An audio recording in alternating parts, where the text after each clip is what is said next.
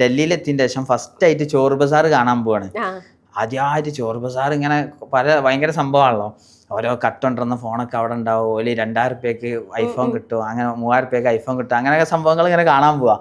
അപ്പം ഇത് കുറേ ആഴ്ചയായിട്ട് ഞാൻ പ്ലാൻ ചെയ്യണ്ടേ, എത്രയായിട്ട് നടക്കില്ല. കാരണം ഇത് 5 മണിക്ക് നീച്ച് പോകണം, അപ്പോഴാണ് നമുക്ക് ഐഫോൺ കിട്ടുള്ളൂ. ഈ 2000 റുപ്യക്കൊക്കെ 15 Pro 14 Pro ഒക്കെ കിട്ടുള്ളൂ.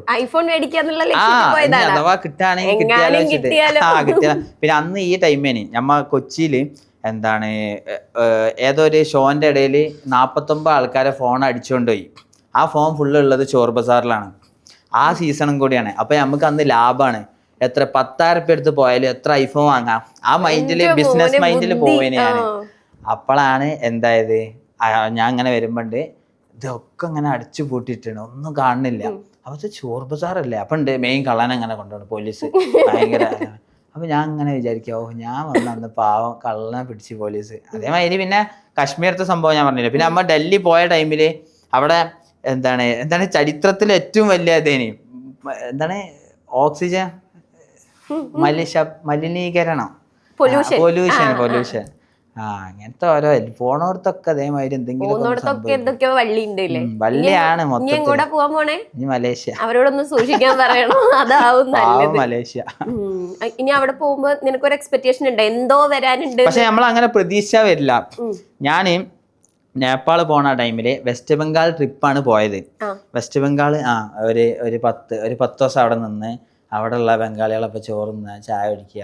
ഈ വെസ്റ്റ് ബംഗാളിൻ്റെ ഒക്കെ മെയിൻ പ്രത്യേകത എന്താ വെച്ചാൽ ഇവരെങ്ങനെ അങ്ങനെ ആയത് വെച്ചാൽ ഞാൻ മനസ്സിലാക്കിയട്ടാ, വാപ്പിയും മക്കളും വല്യാപ്പിയും എല്ലാവരും കഞ്ചാവ് വലിച്ച് ഇങ്ങനെ നടക്കും. അതാണ് അവിടുത്തെ ഒരു മെയിൻ.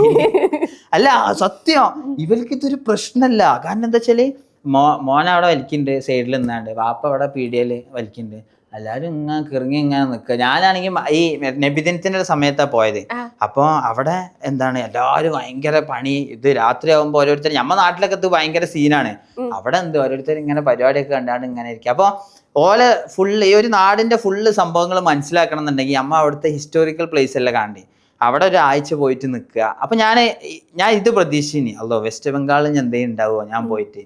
അപ്പോൾ ഞാൻ അന്ന് പ്രതീക്ഷിച്ച് പോയതാണ്. അപ്പോൾ വെസ്റ്റ് ബംഗാളിലൊന്നുമില്ല. അപ്പോഴാണ് എൻ്റെ ചെങ്ങായി പറഞ്ഞേ, എടാ എൻ്റെ ഡേറ്റ് ആയിരുന്നു, ഇജൊന്ന് പെട്ടെന്ന് വാ. ഞാൻ അവനെ ചാമ്പാൻ വിചാരിച്ചിനി, അവനെ പളക്കെ പോലെ എത്ര പണിയുണ്ട്. അപ്പം ഞാൻ ചാമ്പാൻ വിചാരിച്ചു. അപ്പം പറഞ്ഞു, എടാ പെട്ടെന്ന് അതിന് ടിക്കറ്റ് ആയിരുന്നു പറഞ്ഞു. അങ്ങനെയാണ് നേപ്പാൾ പോയത്. അപ്പോഴാണ് ഞമ്മ അവിടെ കാഠ്മണ്ഡുക്ക് പോണ ബസ്സിന് കല്ലെടുത്ത് തരിക, എങ്ങനെയൊക്കെയോ അവിടെ എത്തിയതാ കാഠ്മണ്ഡു. ഞാൻ വിചാരിച്ചിട്ട് അവിടെ നിന്ന് പോരാൻ കഴിയില്ലാന്ന്. പിന്നെ പോരുന്ന തന്നെ ഭയങ്കര സീനായിട്ടാണ്. കാരണം ഞമ്മ പോരുന്ന ടൈമിൽ ഇവര് പാർലമെന്റ് ഒക്കെ കത്തിച്ച ടീമല്ലേ, എല്ലാം ഇനി ഒന്നുമില്ലല്ലോ. അപ്പൊ ജയില് പൊളിച്ചിനി. അതിന്ന് കുറെ ഈ 4-5 ആൾക്കാരെ കൊന്നോല്, തീവ്രവാദികൾ, അങ്ങനെ കുറെ ആൾക്കാർ ചാടീനും. എന്നിട്ട് ഇവര് ബസ്സും ഇതൊക്കെ സ്റ്റോപ്പ് ചെയ്ത് വെച്ചാൽ എന്താ വെച്ചാൽ ഇവലെ പൊക്കാൻ വേണ്ടിയിട്ടാ. എന്നിട്ട് ഞാനൊരു ബസ്സിലിരിക്കേന്. ഞമ്മ കുറെ പട്ടാളക്കാരെ വണ്ടി പോകും, കുറെ നടന്നു പോകും, എങ്ങനെയും ബോർഡറിലെത്തണം. എനിക്ക് മടുത്ത് എങ്ങനെയും പെരയിലെത്തണം. അതിന് വേണ്ടിയിട്ട് നടക്കുക, കുറെ വണ്ടി പോകും. അങ്ങനെ ഒരു ബസ് കിട്ടി. ബസ്സിൽ പോകുമ്പോഴാണ് ആ ബസ്സിൽ നിന്ന് ഒരു കൊടും ക്രിമിനൽ എൻ്റെ അടുത്ത് ഇരുന്നാണ്ട് ആ കിതർസേ കേരളാസേ എന്നൊക്കെ ഞാൻ അവിടെ കുറെ പണി എടുത്താന്നൊക്കെ പറഞ്ഞാണ്ട് വർത്താനം പറഞ്ഞിരിക്കുക. അപ്പോൾ അവനോട് ഐ ഡി ചോദിക്കുന്നു പോലീസ് വന്നിട്ട്. അപ്പോൾ അവൻ്റെ എന്തോ ഒരു ഐ ഡി കാണിച്ചു കൊടുത്ത് അത് ഇത്. അപ്പം എന്നിട്ട് ആ ലിസ്റ്റിലുള്ളതാണ് ആളെ തൂക്കിക്കൊണ്ടേ. അപ്പോൾ ഞാൻ അങ്ങനെ വിചാരിക്കുക, എന്താല്ലേ വീഡിയോ എടുത്തു വെക്കുന്നല്ല, എടുത്തു വെച്ചില്ല, അയാളെ ഫേസ് എടുത്തു വെച്ചില്ല. എന്തൊരു ഭാഗ്യം. ഓരോരോ ഇൻസിഡൻസ് ഉണ്ടായിട്ടുണ്ട്. പക്ഷെ അതൊന്നും പക്ഷെ ഈ വ്ളോഗ് ഉള്ളതുകൊണ്ട് നമുക്ക് നല്ല സുഖം. ഇങ്ങനത്തെ ഓരോ സംഭവങ്ങളൊക്കെ നടക്കുമ്പോൾ അതൊക്കെ ആൾക്കാരോട് ഇന്റേതായിട്ടുള്ള ഭാഷയിൽ വിവരിച്ച് പറയാലോ.